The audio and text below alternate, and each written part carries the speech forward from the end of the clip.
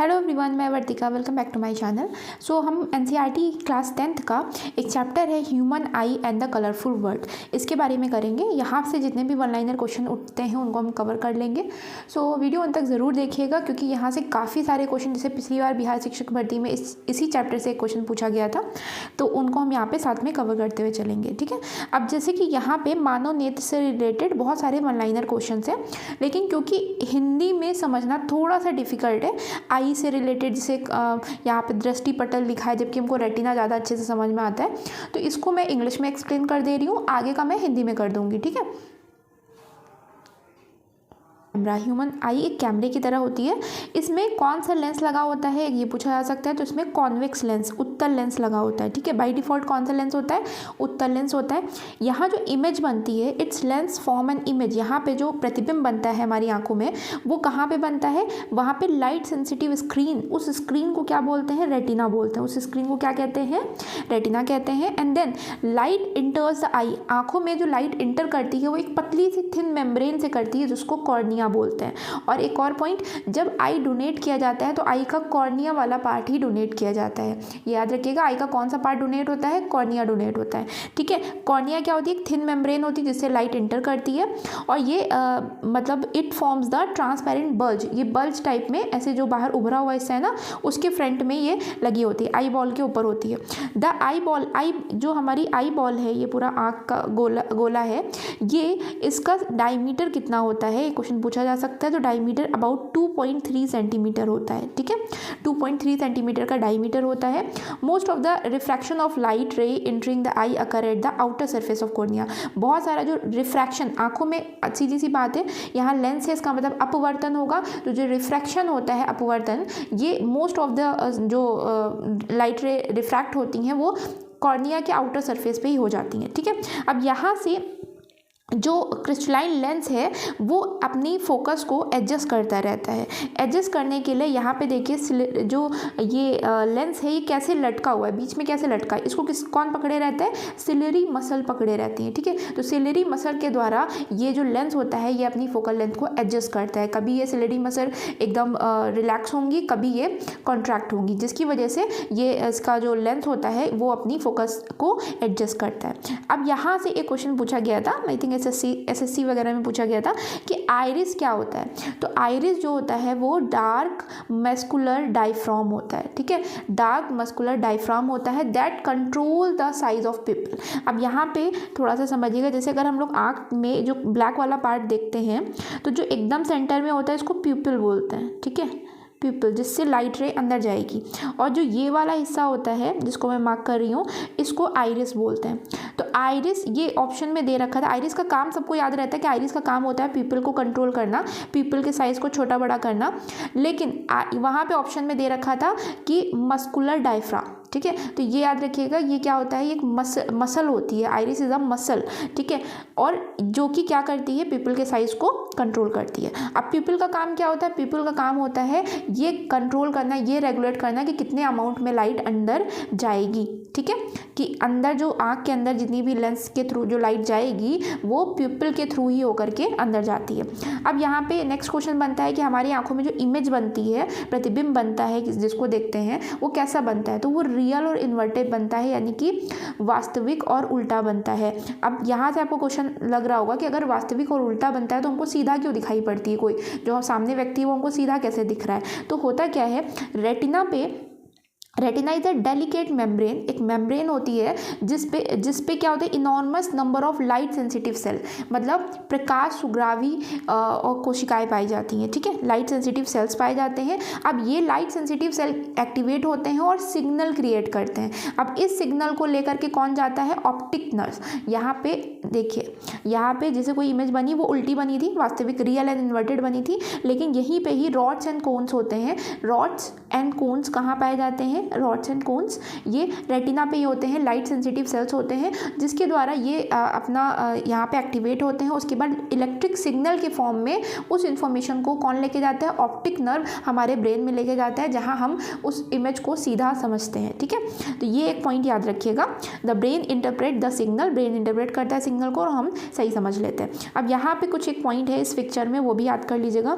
जैसे aqueous humour क्या होता है, तो एक्वस ह्यूमर एक लिक्विड होता है जो आगे वाले पार्ट में, ये जो कॉर्निया है और जो लेंस है उसके बीच वाले हिस्से में ये भरा होता है, इसको एक्वस ह्यूमर बोलते हैं। विट्रस ह्यूमर क्या होता है, विट्रस ह्यूमर लेंस और रेटिना के बीच में जितना भी लिक्विड भरा है अंदर, इसको बोलते हैं विट्रस ह्यूमर। ठीक है, तो ये पॉइंट एक याद रखिएगा। अब ये इंग्लिश में याद करना ईजी है, हिंदी में थोड़ा सा डिफिकल्ट हो जाता है। अब प्यूपिल का जैसे मैंने बताया कि प्यूपिल क्या करता है, कितने अमाउंट में लाइट इंटर करेगी हमारी आंखों में, उसको रेगुलेट करता है, उसको कंट्रोल करता है। अब हमारे आंखों में जो पिपल होती है वो पुतली जिसको हम कहते हैं, वो छोटी बड़ी होती रहती है। छोटी बड़ी कैसे होती है ये यहाँ लिखा हुआ है, लेकिन मैं इसको यहाँ पे ऐसे एक्सप्लेन कर देती हूँ। जैसे अगर आप धूप में जाते हैं, ठीक है, तो बहुत ज़्यादा अमाउंट में लाइट हो जाएगी हमारे आसपास, तो क्या करेगा, आइरिस का काम होगा कि हमारी पुतली को छोटा कर देना, मतलब पिपल को छोटा कर देना, क्योंकि अच्छी खासी अमाउंट में लाइट जाएगी। और जब हम अंधेरे में जाते हैं तो यही पिपल बड़ी हो जाती है, क्योंकि लाइट जा नहीं रही होती, जिसकी वजह से आइरिस क्या कर देता है, इसको बड़ा कर देता है। जब हम धूप में जाते हैं तो धूप में जाने के टाइम पे क्या होती है, पुतली छोटी हो जाती है, और तुरंत अगर आप कमरे में आ रहे हो तो उसको एडजस्ट होने में टाइम लगता है, इसी वजह से थोड़ी देर के लिए हम ब्लैंक हो जाते हैं। ठीक है, तो ये यहाँ पे पॉइंट दे रखा हुआ था। अब आ जाता है पावर ऑफ अकोमोडेशन, ये भी दे रखा हुआ है जो चीज़ मैंने समझाया यहाँ पे। तो अगर आप लोगों को हिंदी में समझना है तो उसी का नाम हिंदी में भी यहाँ दे रखा हुआ है, एक बार आप स्क्रीनशॉट ले करके पढ़ सकते हैं। ठीक है, तो अब हम आ जाते हैं मेन समंजन क्षमता, जिसको बोलते हैं अकोमोडेशन। तो हमारे लेंस के पास एक ऐसी क्षमता होती है, लेंस किसका बना होता है, रेशेदार जलीवत पदार्थ का बना होता है। ठीक है, फाइबर युक्त जो जली युक्त सब्सटेंस का बना होता है। इसका जो फोकस है वो चेंज होता रहता है, परिवर्तित होता रहता है। ठीक है, ये परिवर्तित कौन करता है, पेशियाँ जैसे जो सिलेरी मसल है ना, उनके द्वारा। अगर वो शिथिल है, मतलब रिलैक्स हो गई हैं, सिलेरी मसल अगर रिलैक्स हो गई तो हमारा लेंस क्या हो जाएगा, पतला हो जाएगा। और लेंस पतला हो जाता है, इसका मतलब फोकस दूरी बढ़ जाती है, जिसकी वजह से हम दूर का देख पाते हैं। और जब यही सिलेरी मसल कॉन्ट्रैक्ट होती हैं तो इस समय हमारा लेंस क्या हो जाता है, मोटा हो जाता है। और लेंस मोटा होने की वजह से फोकस दूरी घट जाती है और हम पास की वस्तु देखते हैं। यानी कि जब हम पास की वस्तु देखते हैं उस समय हमारा जो लेंस होता है वो मोटा हो जाता है, और जब दूर का देखते हैं तो उस समय हमारा लेंस पतला हो जाता है। और जब पतला होगा तो फोकस दूरी बढ़ जाएगी, और मोटा होगा तो फोकस दूरी घट जाएगी। ये चीज़ एक बार ध्यान में रखिएगा। अब जो हमारे लेंस की फोकस दूरी जो एडजस्ट होती है, इसी क्षमता को हम बोलते हैं समंजन क्षमता, यानी कि accommodation power. Next question one liner सीधे सीधे उठता है कि न्यूनतम दूरी कितनी होती है हमारी आंखों से, किसी वस्तु की न्यूनतम दूरी कितनी होगी जब हम उसे अच्छे से देख पाएंगे, तो 25 सेंटीमीटर। तो नियर पॉइंट कितना होता है किसी भी नॉर्मल आई का, 25 सेंटीमीटर होता है। जबकि फार पॉइंट कितना होता है, अनंत होता है। तो फार पॉइंट मतलब मैक्सिमम आप दूर कितना देख सकते हो, तो अनंत तक आप देख सकते हो नॉर्मल आई में। और नियर में कितना देख सकते हो, तो 25 सेंटीमीटर तक देख सकते हो। एक क्वेश्चन ये बनता है। और नेक्स्ट आ जाता है यहाँ पे कैटरैक्ट क्या होता है। कैटरैक्ट मतलब मोतियाबिंद क्या होता है। तो मोतियाबिंद में जब आयु बढ़ने लगती है तो उस समय जो लेंस होता है उसके ऊपर एक दूधिया मिल्की परत चढ़ जाती है। ठीक है, दूधिया परत चढ़ जाती है। इसी स्थिति को हम कैटरैक्ट यानी कि मोतियाबिंद कहते हैं। मोतियाबिंद में क्या हो जाता है, वही जो दृष्टि है उसमें कमी आ जाएगी या फिर दृष्टि जाने लगेगी, तो इसको सर्जरी करके सही किया जा सकता है, लेंस बदल दिया जाता है, जिसकी वजह से वो सही हो जाता है। अब यहाँ पे आ जाता है आई जो दोष होते हैं, दृष्टि दोष, क्या क्या दिक्कतें आती हैं। तो उसमें 2 टाइप के हमको पढ़ने हैं, 2 नहीं 3 हैं। एक मायोपिया, एक हाइपरमेट्रोपिया, एक प्रेसबायोपिया। जो जिनकी आईसाइट वीक होती है, जो उनमें कमियां होती हैं, वो किस वजह से होती है। तो मायोपिया क्या होता है, मायोपिया का नाम हिंदी में क्या दे रखा हुआ है, निकट दृष्टि दोष। इसी को इंग्लिश में नियर साइटेडनेस बोलते हैं। अब नाम से लग रहा है निकट दृष्टि दोष का मतलब है पास का नहीं दिखना चाहिए, लेकिन उल्टा होता है। याद रखिएगा, नाम से ही आप पहचान सकते हो। अगर हिंदी में आपने पढ़ा निकट दृष्टि दोष मतलब पास का दिख रहा है हमको, नाम में ही है निकट, तो दिख रहा है लेकिन दूर का नहीं दिखेगा। तो दूर का नहीं दिखेगा, इसका मतलब इसमें दिक्कत क्या होती है, तो यहाँ पे इसमें दिक्कत क्या होती है, इसमें जो दूर का नहीं दिख रहा है, मतलब उसका जो फार पॉइंट है, दूर बिंदु है, अनंत से ना होकर के कहीं पास में आ जाता है। तो ये रीज़न होता है निकट दृष्टिदोष का। रीज़न क्या है कि इसमें क्या होता है, जो फार पॉइंट है वो अनंत पे, इन्फिनाइट पे ना होकर के कहीं पास में आ जाएगा। अब इसके मेन दोष उत्पन्न होने के कारण क्या होते हैं, दोष उत्पन्न होने के कारण ये होते हैं कि जो लेंस है या तो उसकी वक्रता अधिक हो जाती है, उसका जो कर्वेचर है वो बढ़ जाता है, आई लेंस का कर्वेचर बढ़ जाता है, या फिर नेत्र गोलक का लंबा हो जाना, मतलब जो आई बॉल है वो बड़ी हो जाती है। आई बॉल बड़ी हो जाती है या फिर आई लेंस का जो कर्वेचर है वो बढ़ जाता है, उस केस में ये बीमारी होती है। अब ये जो समस्या आती है इसमें इमेज कहाँ बनती है, कोई भी चीज़ हमको धुंधली दिख रही है, अगर ये डिसीज़ है धुंधली दिख रही है, इसका मतलब जो इमेज है वो रेटिना पे नहीं बन रही, तो रेटिना से पहले बनती है। तो नियर साइटेडनेस में क्या होता है, इमेज रेटिना से पहले बनती है। और इस दिक्कत को सही कैसे किया जाता है, तो देखिए आगे कौन सा लेंस लगा हुआ है, कॉनकेव लेंस, अवतल लेंस लगा करके इसको सही किया जाता है। तो नियर साइटेडनेस कैसे सही होती है, जो हम लोग चश्मा पहनते हैं, अगर किसी को नियर साइटेडनेस है, दूर का नहीं दिखता है, तो उसके चश्मे में कॉनकेव लेंस लगा होता है, अवतल लेंस लगा होता है। ठीक है, सारे पॉइंट मैंने यहाँ पे क्लियर कर दिए जितने भी पूछे जा सकते थे। अब नेक्स्ट आ जाता है हाइपरमेट्रोपिया। हाइपरमेट्रोपिया को फार साइटेडनेस बोलते हैं, मतलब दूर दृष्टि दोष, मतलब दूर का दिख रहा है लेकिन पास का नहीं दिख रहा है। तो नज़दीक का जो होता है, नज़दीक का नहीं दिखता है।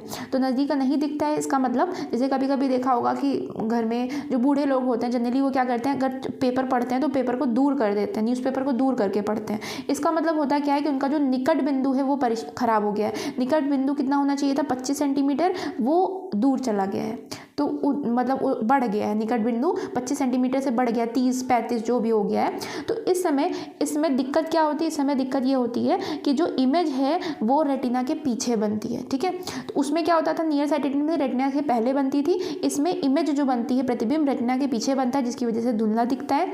इसको सही कैसे किया जाता है, इसको सही करने के लिए कॉन्वेक्स लेंस ही लगाया जाता है। तो जिसको फार साइटेडनेस होता है वो उसके चश्मे में कॉन्वेक्स लेंस यानी कि उत्तल लेंस लगा होता है, उत्तल लेंस लगा होता है। अब इसके कारण क्या होते हैं, तो इसके कारण होते हैं कि जो लेंस है उसकी फोकस दूरी का बढ़ जाना, या फिर जो गोलक है वो छोटा हो जाएगा। वहाँ गोलक बड़ा हो जाता था, मतलब आई बॉल बड़ी हो जाती थी, यहाँ आई बॉल छोटी हो गई, और छोटी होने की वजह से क्या हो जाता है, रेटिना के पीछे इमेज बन जाती है।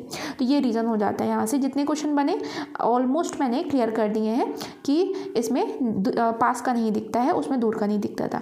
अब एक केस आता है प्रेसबायोपिया। प्रेसबायोपिया जनरली जब एज बढ़ने के साथ होती है, जब आयु में वृद्धि होती है, तो दोनों की दिक्कत आ जाती है कि मानव नेत्र की जो अकोमोडेशन पावर है वो घट जाती है, मतलब जो फोकल लेंथ है वो एडजस्ट नहीं कर पाता है, तो दोनों दिक्कत आ जाती है, मतलब उसको ना दूर का दिखता है ना पास का दिखता है। तो इस केस में देखा होगा आप लोगों ने, जो जनरली ओल्ड एज के लोग होते हैं उनके चश्मे में एक नीचे वाला अलग सेक्शन होता है और ऊपर वाला अलग होता है। तो सीधी सी बात है, नीचे वाला सेक्शन होता है वो नज़दीक का पढ़ने के लिए होगा, और नज़दीक का पढ़ने के लिए कौन सा लेंस लगाया जाता है, कॉन्वेक्स लेंस। तो नीचे वाले में कॉन्वेक्स लेंस होगा, क्योंकि क्या इसको बोलते हैं फार साइटेडनेस। और दूर का देखने के लिए नियर साइटेडनेस, इसमें कौन सा लेंस लगाया जाता है, कॉनकेव लेंस लगाया जाता है चश्मे में। ठीक है, दोनों का कॉम्बिनेशन होता है, इसी को प्रेसबायोपिया कहते हैं। और इस लेंस को क्या बोलते हैं, बाईफोकल लेंस बोलते हैं। बाईफोकल लेंस से इसमें अवतल और उत्तल दोनों लेंस का यूज़ किया जाता है। ऊपरी भाग में अवतल लेंस लगता है और निचली भाग में उत्तल लेंस लगता है। ठीक है, तो यहाँ पे ये पॉइंट हो जाता है क्लियर। अब आ जाता है प्रिज्म से प्रकाश का अपवर्तन। तो प्रिज्म जो होता है, कांच का जो त्रिभुज प्रिज्म होता है, उसमें 2 त्रिभुजाकार आधार होते हैं। ठीक है, 2 त्रिभुजाकार आधार होते हैं, और अगर हम ऐसे जोड़ें इस शेप में ऐसा कुछ होता है। ठीक है, तो इसमें 3 आयताकार जो लेटरल सरफेसेस होंगे, इनमें जो एंगल होता है उसको हम बोलते हैं प्रिज्म कोण। ठीक है, क्या कहते हैं, प्रिज्म कोण, जिसको मैं यहाँ से बता देती हूँ। जैसे ये जो एंगल बन रहा है इसको बोलते हैं प्रिज्म कोण। यहाँ से जो रे आई इसको इंसिडेंट रे बोलते हैं, इसको रिफ्रैक्टेड रे बोलते हैं, और इसको इमर्जेंट रे मतलब निर्गत किरण बोलते हैं। ठीक है, यहाँ पे जो एंगल बन रहा है एंगल डी, ठीक, इंसिडेंट रे और इमर्जेंट रे को जोड़ने पर जो इधर की ओर ये एंगल बन रहा है, इस एंगल को बोलते हैं एंगल ऑफ डेविएशन, विचलन कोण कहते हैं। बस यहाँ से इतना ही जानना था। अब यहाँ पे ये बताया गया है कि आई को डोनेट करने के लिए, तो आई को डोनेट करने से रिलेटेड 1-2 पॉइंट देख लेते हैं कि आँख को निकालने में 10 से 15 मिनट का समय लगता है।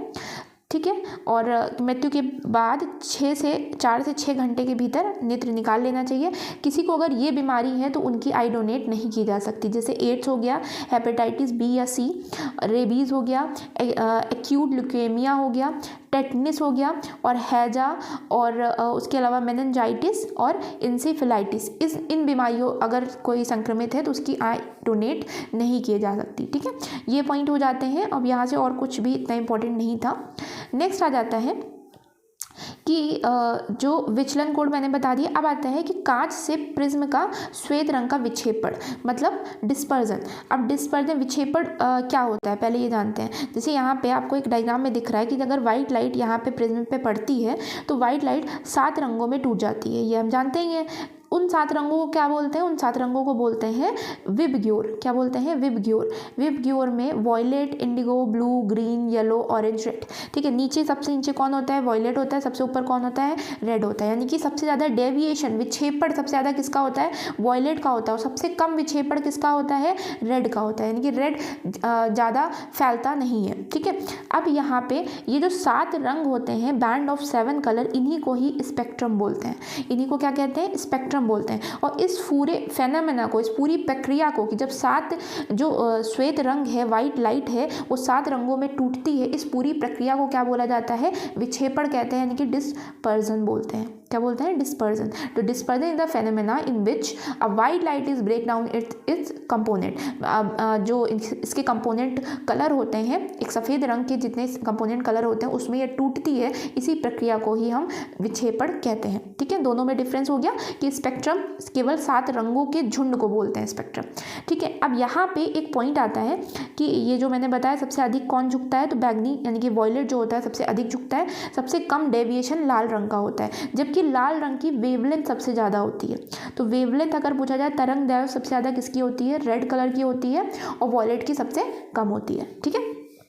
उल्टा है, जो डेविएट ज़्यादा होगा उसकी वेवलेंथ कम होगी। अब यहाँ पे एक क्वेश्चन बनेगा कि न्यूटन ने सर्वप्रथम ये प्रयास किया था, जो यहाँ पे आपको ये पिक्चर दिख रही है, न्यूटन ने सर्वप्रथम सूर्य का स्पेक्ट्रम प्राप्त करने के लिए कांच के प्रिज्म का उपयोग किया था। जो सनलाइट से 7 रंग बनते हैं ना, सनलाइट से, सनलाइट जो होती है वो वाइट लाइट होती है, और वाइट लाइट का 7 रंगों में टूटना वाला जो प्रयोग किया था वो किसने किया था? सर्वप्रथम न्यूटन ने किया था। अब न्यूटन ने और भी रंग निकालने की कोशिश की थी, लेकिन हो नहीं पाया था।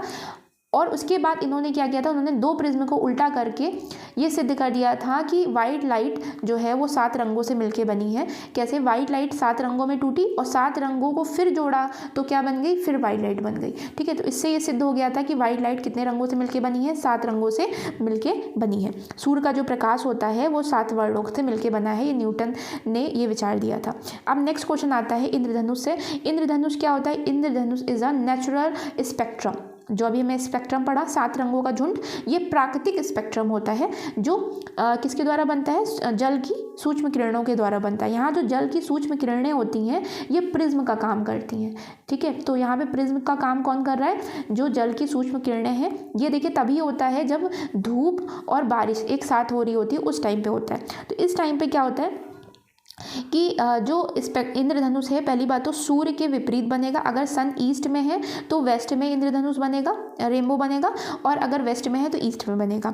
जो जल की सूक्ष्म बूंदें हैं वो प्रिज्म का काम करती हैं। अब यहाँ पे कौन से फेनोमेना होता है, ये क्वेश्चन पूछा जाता है कि रेनबो में कौन से फेनोमेना होते हैं, कौन सी प्रक्रिया होती है। तो इनमें एक तो अपवर्तन होगा, मैं एक बार बता देती हूँ यहाँ पे इंग्लिश में भी, एक्चुअली इंग्लिश में थोड़ा सा इजी रहता है। टोटल इंटरनल रिफ्लेक्शन होगा, इंटरनल रिफ्लेक्शन मतलब परावर्तन होगा। और दूसरा अपवर्तन तो होगा ही होगा, रिफ्रैक्शन होगा, और तीसरा डिस्पर्जन होगा, क्योंकि 7 रंगों में टूट रहा है ना, तो 7 रंगों में टूटा डिस्पर्जन, जिसको विक्षेपण बोलते हैं। तो 3 फेनोमेना एक साथ होते हैं, एक होता है रिफ्रैक्शन, एक होता है इंटरनल रिफ्लेक्शन परावर्तन, और लास्ट हो जाता है विक्षेपण यानी कि डिस्पर्जन। तो इन तीनों फेनोमेना को याद रखना है कि इन तीनों से होकर के ये इंद्रधनुष बनता है, ठीक है।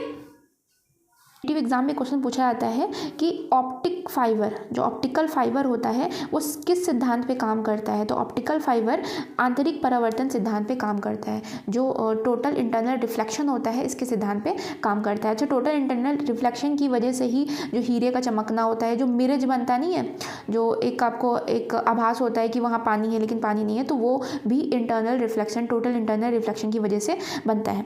अब आ जाता है कि एटमॉस्फेरिक रिफ्रैक्शन। जो एटमॉस्फेयर में क्या होता है, कहीं गर्म हवा है, कहीं ठंडी हवा है, ठीक है, कहीं तो वहाँ पे सघन और विरल दो माध्यम ऐसे बनते रहते हैं। अब सघन विरल होने की वजह से एटमॉस्फेरिक रिफ्रैक्शन की वजह से तारों का टिमटिमाना होता है। तो वन लाइनर एमसीक्यू के हिसाब से हमको यहाँ डिटेल जानने की ज़रूरत नहीं है कि एग्जाम में एमसीक्यू पर्पज से क्वेश्चन आएगा तो वहाँ पे आपको ये पता होना चाहिए कि तारों का टिमटिमाना किस वजह से होता है, वायुमंडलीय अपवर्तन के कारण होता है, मतलब एटमॉस्फेरिक रिफ्रैक्शन के कारण होता है। तारे इतनी ऊंचाई पे होते नहीं जितने हमको दिखते हैं, ऐसा इसलिए होता है क्योंकि रिफ्रैक्शन की वजह से उनकी इमेज ऊपर बन जाती है, ठीक है। और बढ़ता हुआ अपवर्तनांक, मतलब जैसे जैसे नीचे आते हैं वैसे वैसे क्या होता है, रिफ्रैक्टिव इंडेक्स बढ़ता रहता है, जिसकी वजह से मतलब उसमें चेंज होता रहता है। रिफ्रैक्शन तभी होगा जब क्या होगा, सघन और विरल माध्यम होंगे। इसी वजह से ग्रह नहीं टिमटिमाते हैं।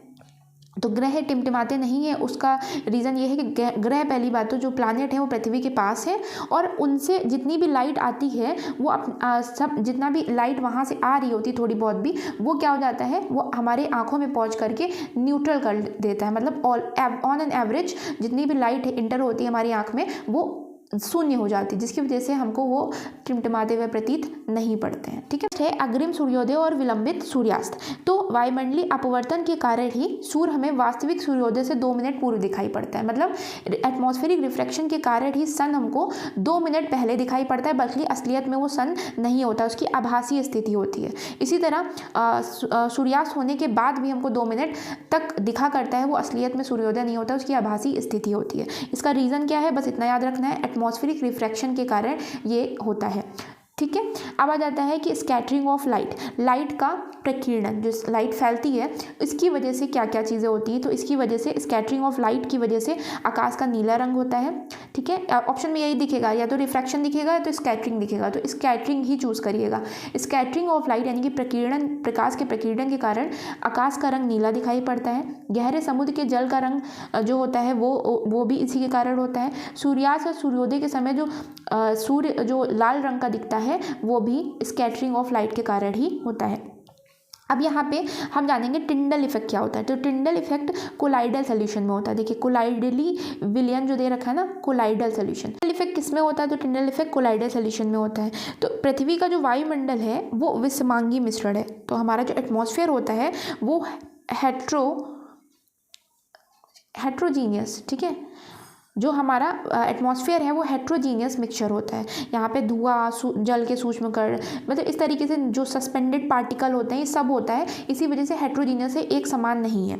अब यहाँ पे जो कोलाइडल सोल्यूशन होता है, कोलाइडल सोल्यूशन में जो प्रकाश का प्रकीर्णन के कारण पूरा पाथ विजिबल हो जाता है। मतलब अगर आपने देखा होगा, जैसे कि अगर कमरे में धुआं भरा हुआ होगा, झरोखे से अगर वो आती है, सूरज की किरण आती है, तो उसमें पार्टिकल जितने भी होते हैं वो विजिबल हो जाते हैं। इसी को टिंडल इफेक्ट बोलते हैं। जैसे कैनोपी, जो सूर्य का प्रकाश अगर बहुत घने जंगल में कहीं से प्रवेश करता है तो सारे पार्टिकल विजिबल हो जाते हैं, इसी को हम बोलते हैं टिंडल इफेक्ट, ठीक है। तो टिंडल इफेक्ट किस में होता है, कोलाइडल सोल्यूशन में होता है, ये चीज़ याद रखनी थी।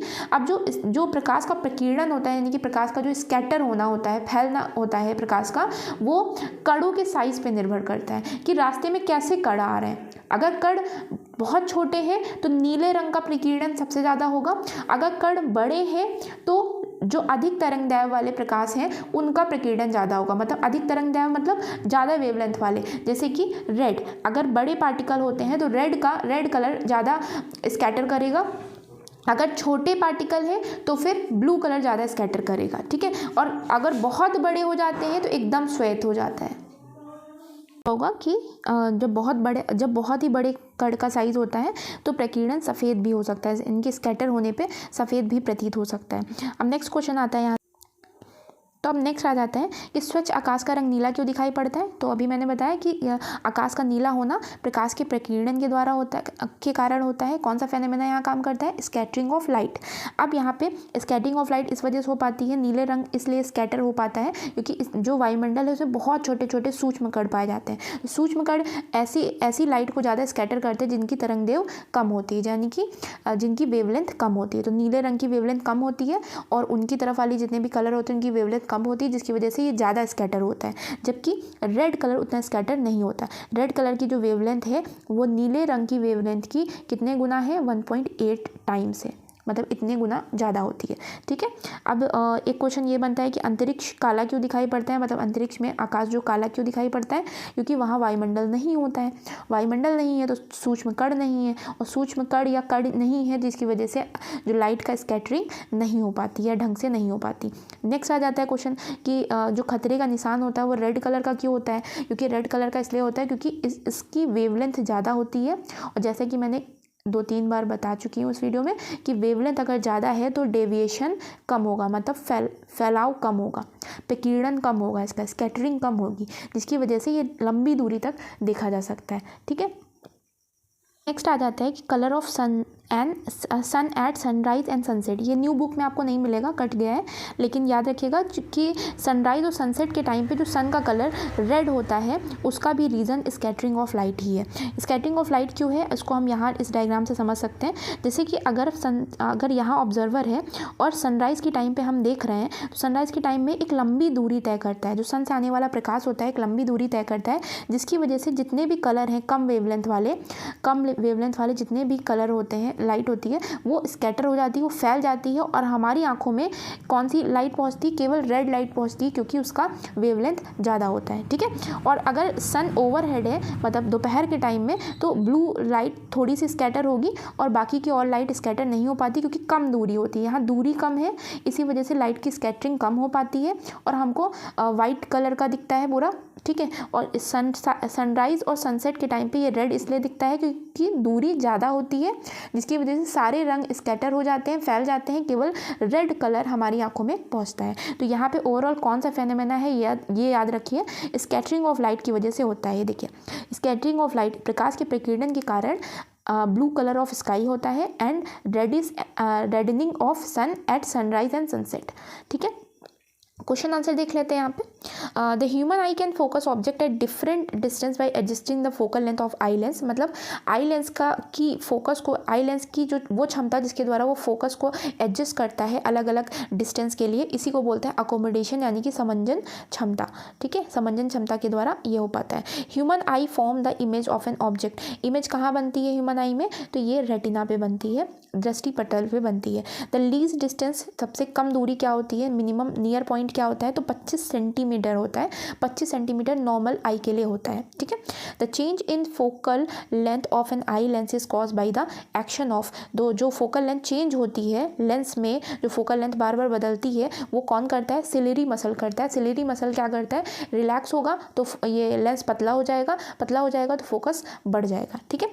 ये पॉइंट हो गए और ऑलमोस्ट ये चैप्टर कंप्लीट हो गया है और इससे पिछली बार भी क्वेश्चन बना था, तो ध्यान रखिएगा कि इस चैप्टर को रिवाइज कर लीजिएगा। जैसे मायोपिया या हाइपरमेट्रोपिया है तो यहाँ से क्वेश्चन बन सकता है कि thank you for watching my videos. I hope आपको वीडियो समझ में आई होगी और 1-2 बार अगर रिवाइज कर लेंगे तो काफ़ी अच्छा रहेगा, और वीडियो अच्छी लगी हो तो कमेंट कर दीजिएगा। Thank you.